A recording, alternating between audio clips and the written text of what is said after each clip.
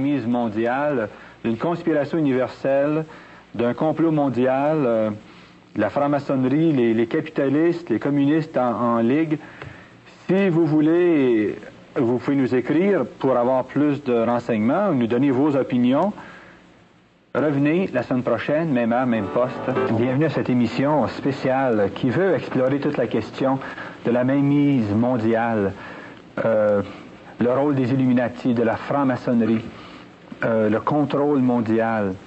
Et nous avons avec nous, pour explorer cette question, pour apporter des débuts de réponse, le père Jean-Paul Régimbalde, qui a étudié la chose assez longuement. Père Jean-Paul, bienvenue parmi nous encore.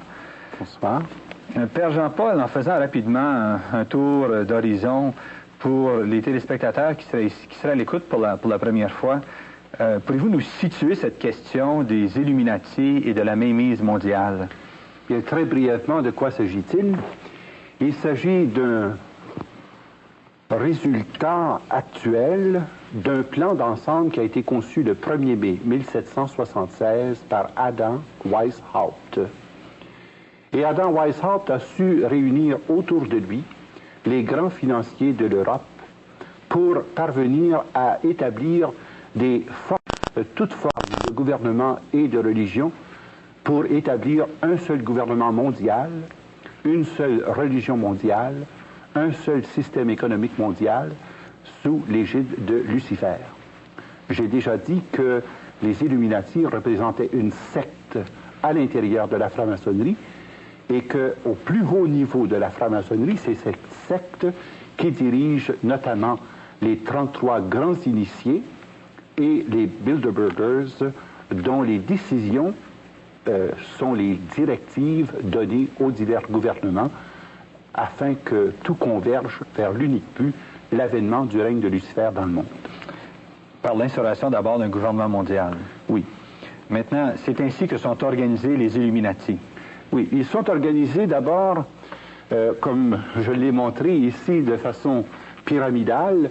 Ici, vous avez une pyramide qui représente notamment l'organisation nord-américaine et la triple pointe de la commission trilatérale.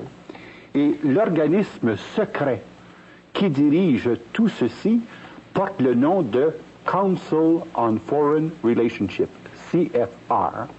Ceci est vrai pour l'Amérique du Nord. Mais vous avez par ailleurs ce qui contrôle le rôle des Illuminati dans l'ensemble du Commonwealth. Depuis l'Australie jusqu'aux Indes, eh bien, vous avez un second groupe qui s'appelle The Round Tables. Vous avez ensuite, après le Round Tables, un autre groupe qui s'appelle la Synarchie. Et ceci contrôle le rôle des Illuminati dans tous les pays francophones et dans l'Empire ottoman, et de tout ce qui était sous la puissance du règne de la France depuis Baudouin Ier jusqu'à Napoléon. Et ensuite de cela, vous avez un quatrième groupe qui porte le nom officiel de Illuminati, qui contrôle notamment l'action de la puissance illuminatiste, notamment en Italie et dans les pays comme la Bavière, la Tchécoslovaquie, la Yougoslavie et aussi l'Allemagne et l'Autriche. Pouvez-vous nous expliquer, Père Jean-Paul, les ramifications des institutions illuminatistes pour exercer leur influence dans tous les domaines économiques, politiques, social et religieux? Alors, quand nous regardons de plus près la pyramide en question ici, ceci peut être repris aux 4 niveaux que je viens de mentionner. Ceci ne représente que l'organigramme interne de ce qui est sous la puissance du CFR. Alors, sur le plan économique, par exemple, vous avez le contrôle des principales et plus grandes banques, Bank of America, First National City Bank, Chase Manhattan Bank, Chemical Bank et Citicorp. Or, ceci est la propriété personnelle des Rockefeller. Et c'est David Rockefeller qui est responsable de tout ce secteur économique. Par le truchement des banques, vous avez les ramifications internationales, comme par exemple, vous avez les Edward Mandell House, Senator Nelson Aldrich, les banquiers John Rockefeller III, James Burke Herbert Lehman, Paul Warburg, Eugene Meyer, J.P. Morgan, eux, ce sont les grands banquiers internationaux à la solde des Rockefeller. Maintenant, ils ont, en plus des banques, le contrôle des principaux trusts, notamment les grandes voies aériennes, comme par exemple Pan American Airlines, Northwest Airlines, Long Island Lightning, tout ce qui concerne l'électricité, et ensuite, évidemment, tout le pétrole. Et le livre The Rockefeller File détaille d'une façon très précise toutes ces ramifications dans le domaine des trusts, des compagnies pétrolières, des directorats et des interdirectorats. Car vous avez, par exemple, 300 organismes qui sont dirigés par 61 directeurs qui siègent sur tous les bureaux de direction. De sorte que toutes les décisions sont toujours concertées à partir des directives qui sont reçues par David Rockefeller. Bon, ça c'est sur le plan économique. Parallèlement au plan économique, vous avez le plan politico-militaire. Le plan politico-militaire est sous la responsabilité de Nelson Rockefeller. Et ce n'est pas par hasard qu'il s'est présenté à la vice-présidence des États-Unis. Ce n'est pas par hasard qu'il a toujours été près de chacun des présidents américains, car n'oubliez pas qu'une des conditions pour être président américain, c'est d'être du 33e degré de franc-maçonnerie. C'est une condition sine qua non. Le président Ford, Carter, Nixon, Kennedy, le président actuel... sont tous des 33e degrés de la franc-maçonnerie. Tous? Tous. Sans exception? Sans exception. Et ça, c'est vraiment, ça a été une très grande surprise pour moi concernant Kennedy. Car je pensais que Kennedy faisait exception, mais la réalité est tout autre, et on s'en rend compte quand on lit les filières des responsables qui se sont agrégés au CFR en cours de route. Et c'est par le CFR que les Canadiens sont arrivés aussi au poste aux États-Unis.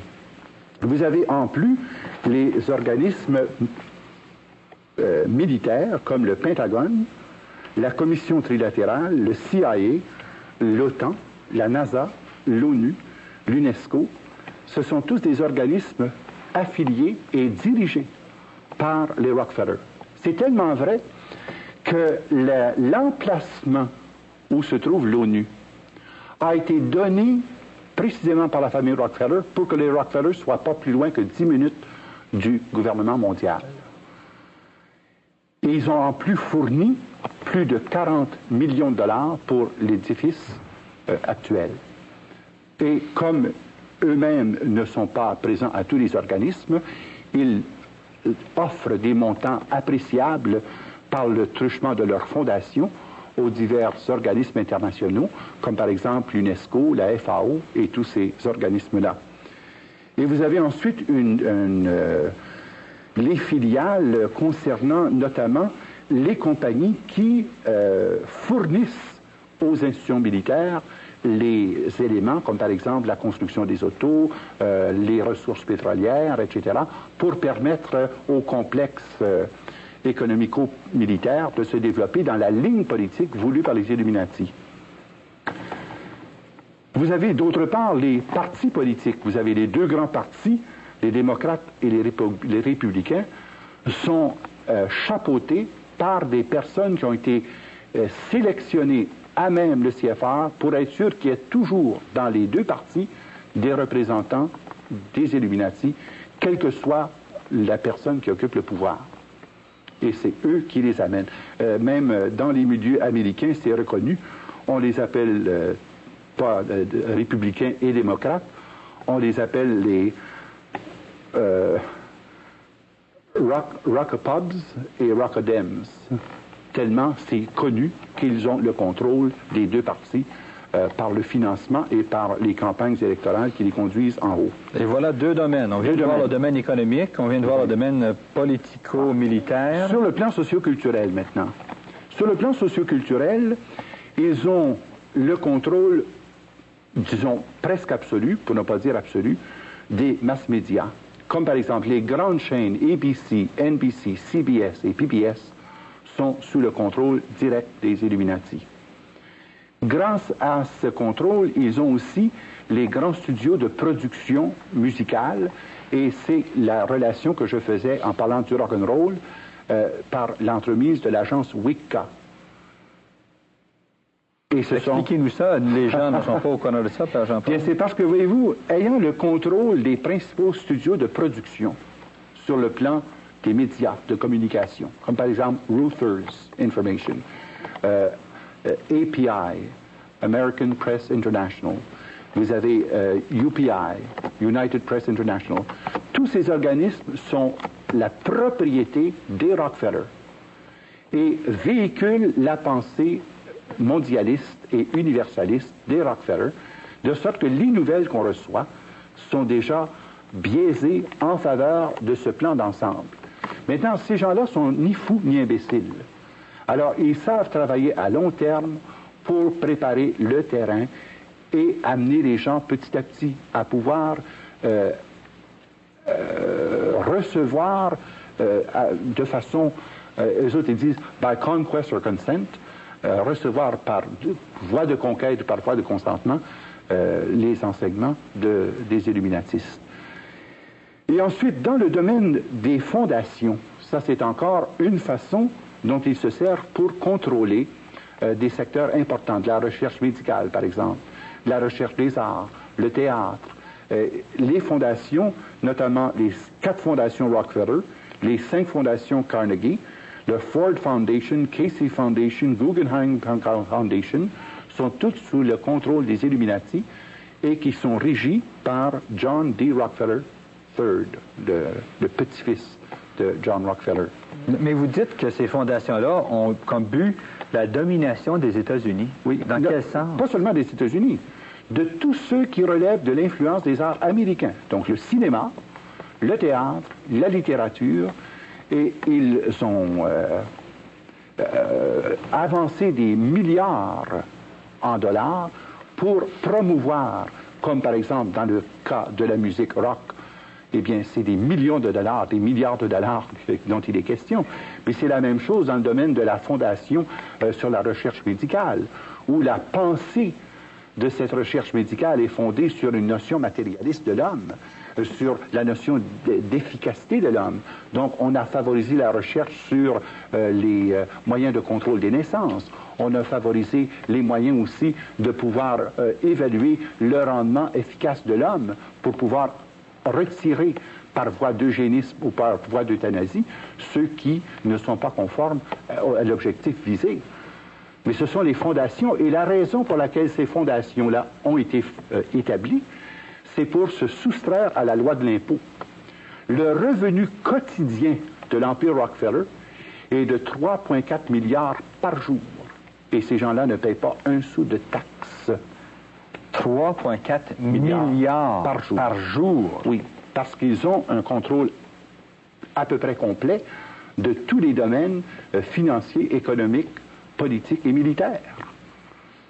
Ils ont finalement des fonds illimités pour arriver à leur fin. Bien, c'est ça. Alors, pour pouvoir éviter la taxation, ils ont le nombre de fondations voulues et ils peuvent, par la voie des fondations, nommer des directeurs dans différents établissements pour contrôler notamment l'éducation.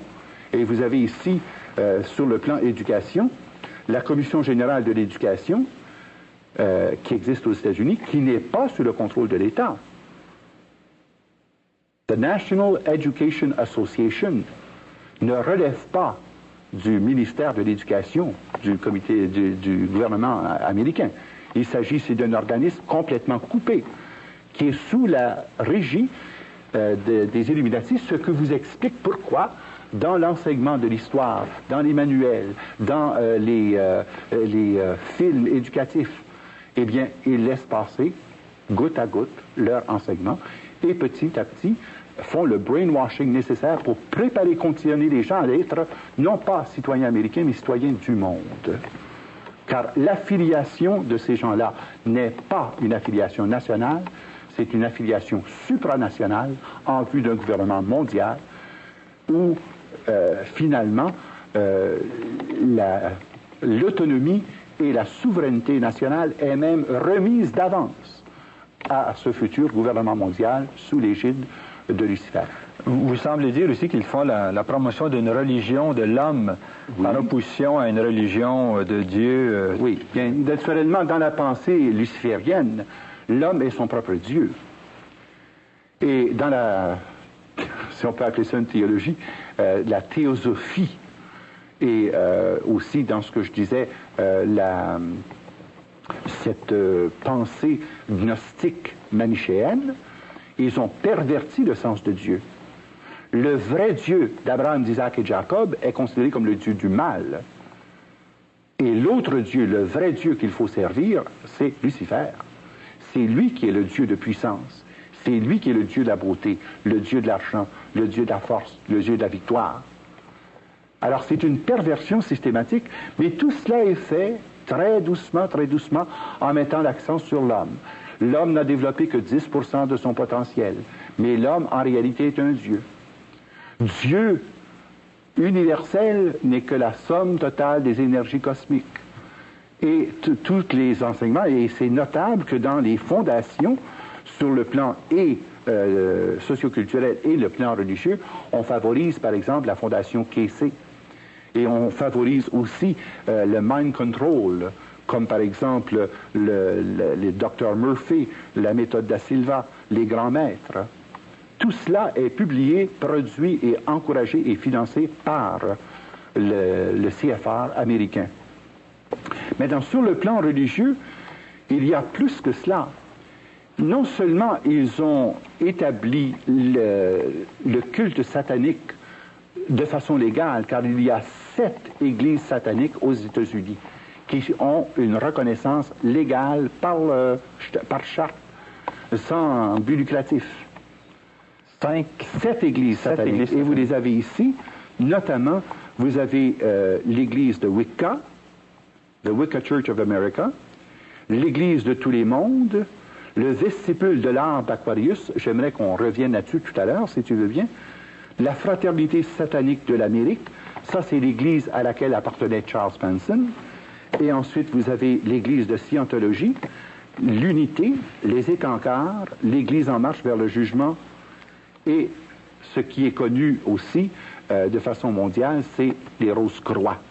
Les Rose-Croix constituent la branche religieuse de la franc-maçonnerie, et à l'intérieur des Illuminati, les Rose-Croix constituent l'église des 13 prêtres druides. Et c'est par voie de sorcellerie que sont dirigées ces religions sataniques qui ont pignon sur rue en Amérique. En plus de cela, il y a l'infiltration des séminaires chrétiens. Et ce qui est le plus remarquable, j'aimerais attirer votre attention sur le Union Theological Seminary of New York. Parce que beaucoup de docteurs en théologie actuels reçoivent leur doctorat de cette institution, qui a été fondée précisément pour promouvoir le libéralisme théologique et pour promouvoir ces thèses qui viennent détruire la notion de Dieu Trinité et qui conduisent à Unity Church, Universal Church, de sorte qu'on en arrive par le plus bas dénominateur commun à avoir une seule Église mondiale, mais dont le God n'est pas Dieu Père, Fils et Esprit Saint, mais dont le God n'est autre que Lucifer. Pourquoi vouliez-vous nous parler davantage du vestibule de l'arbre d'Aquarius?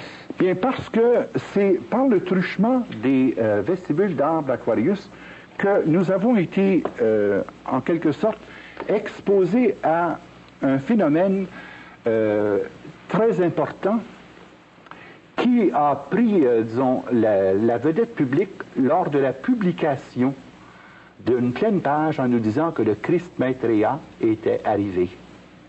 Je ne sais pas si vous vous souvenez, et dans tous les journaux du monde, il est paru un article pleine page du Maitreya, et le voici. Ici, j'ai l'édition de Montréal, samedi le 24 avril, la presse, le Christ est ici maintenant. Ça m'a beaucoup intrigué lorsque ça parut, parce que la seule référence qu'on avait, c'était les Tara Center. Et voici qu'une avocate américaine, cette avocate américaine du nom de Constance Combe, a fait la recherche de ces organismes Et sa recherche l'a conduit aux mêmes conclusions que j'avais trouvées concernant les domaines des infiltrations. Pour One World Order, One World Church, et leur symbole est l'arc-en-ciel. Et ça porte the Rainbow Movement. Le nom porte The Rainbow Movement. C'est pourquoi le titre du livre, c'est The Hidden Dangers of the Rainbow. Mais il s'agit ici du nouvel ordre social, le nouvel ordre de l'an 2000 pour la société de demain, le même nouvel ordre qui apparaît dans le sigle illuminatiste Novus Ordo Seclorum, que je vous montrais sur l'endos du dollar américain. Alors, c'est le vestibule of the Aquarian Age, là, qui sert de véhicule pour toute cette pensée. Et c'est par là que l'on connaît, par exemple, la fraternité blanche. Cette fraternité blanche qui prolifère, qui a plus de 10 000 centres à travers le monde. C'est par le truchement de ce groupe du vestibule que nous arrive, par exemple, ce qu'on appelle the Aquarian Bible of Jesus Christ, qui est au fond la Bible satanique. Et vous avez The Age of Aquarius, tout ce qui a été proclamé que nous sommes dans l'ère du Verseau. C'est la manifestation de cet organisme qui agit de façon fort secrète, mais universelle, et qui parvient ainsi à déjà conditionner les milieux chrétiens, musulmans et juifs à rejeter toute notion de Dieu pour le remplacer par Lucifer. Père Jean-Paul, à voir les 4 domaines, le domaine économique, le domaine religieux, le domaine politique, socio-culturel, politico-militaire, les 4 domaines qui sont si fortement infiltrés et contrôlés, oui, avec les différents points que vous avez soulevés, c'est à croire que ce groupe des Illuminati est à la fois très puissant et très dangereux. Et très secret. Et très secret. Oui. Est-ce dire qu'ils ne peuvent être vaincus? Absolument pas. Car dans la position qui est la nôtre, notre espérance est le Christ, Jésus. Et Jésus, lorsqu'il a vaincu le monde, la mort et le péché a déclaré qu'il établissait son Église et que les portes de l'enfer ne prévaudront jamais contre elle. Et quelle que soit la puissance de ces organismes, quel que soit le raffinement de leur organisation, le prince des ténèbres devra nécessairement céder le pas au roi de lumière qui est Jésus-Christ, sauveur du monde. Bien sûr que Satan gagne plusieurs manches. Bien sûr qu'en apparence, il aura même pratiquement le contrôle universel pour un temps. Même l'Apocalypse nous dit que pendant 3 ans et demi, le prince de ténèbres aura le contrôle mondial. Mais n'oublions pas que tant dans l'Évangile que dans les épîtres de Paul que dans l'Apocalypse, la victoire ultime, c'est le Seigneur Jésus, roi des rois, qui doit venir précisément restaurer et revigorer son Église dans la beauté primitive, sans tache ni ride ni rien de pareil. Son épouse est l'Église. Il la revendique, il la sauve, et même il la retirera de la tribulation pour qu'elle puisse ensuite venir, à l'heure de la parousie, exercer son rayonnement mondial. Je ne peux pas, d'aucune façon, céder au désespoir ou à la désespérance, parce que mon espérance est dans le Christ de Jésus.